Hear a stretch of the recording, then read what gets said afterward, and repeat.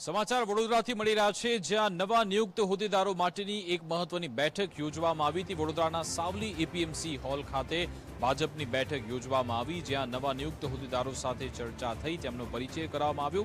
Baroda dairy ચૂંટણીના વિજેતાઓનું ભવ્ય સન્માન થયું। જિલ્લા પ્રભારી ઋત્વિજ પટેલની અધ્યક્ષતામાં બેઠક મળી હતી। સ્થાનિક સ્વરાજ્યની ચૂંટણીઓ માટે પણ તૈયારીઓ તેજ થઈ છે। સંગઠન મજબૂત બનાવવા માટે પણ કાર્યકરો પર ભાર મૂકવામાં આવ્યો છે। સાવલી નગર તાલુકા અને નેસર તાલુકાના શક્તિ કેન્દ્રના સંયોજકો સુધીના કાર્યકર્તાઓને મળવાનું થયું।